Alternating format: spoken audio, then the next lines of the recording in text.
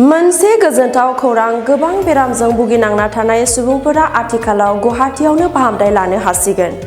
आसाम आरो सा-सानजानि गुबुन गुबुन जायगायाव थानाय बेरामाव गोग्लैनाय सुबुंफोरा चेन्नाई, हैदराबाद, पाटना आरो भारतनि गुबुन गुबुन ओनसोलफोराव थांनांगौ जायोमोन।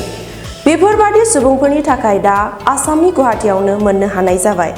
आर्मी ट्रेन्सिट केम्प सादिलापुरनि साखाथियाव थानाय गुवाहाटीनि जालुकबारियाव थानाय PNR पलिक्लिनिकआ मिथिंगायारि एबा हार्बेल मेडिसिन आरो गाहाय रिहाबिलिटेसननि सायाव लानानै फाहामथाय होगासिनो दं।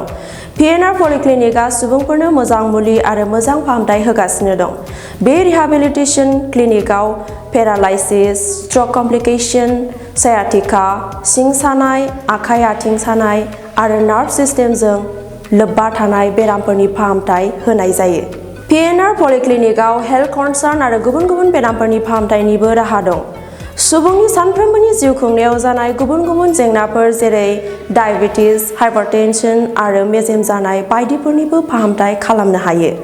गुवाहाटीनि जालुकबारियाव थानाय PNR पलिक्लिनिकआ गासै सुबुंफोरनो बेफोरबादि बेरामाव गोग्लैनानै थानाय सुबिदाखौ खाथियावनो फाहामथाय होनायनि राहा लादों।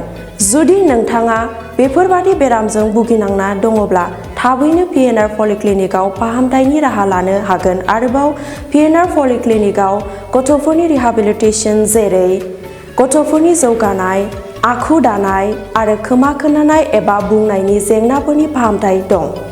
खोनानाय आरो बुंनायनि फाहामथाय जेरै खोनानाय आनजाद खालामनाय, हियारिं एड आरो स्पिच थेरापिनि फाहामथाय होनाय जायो।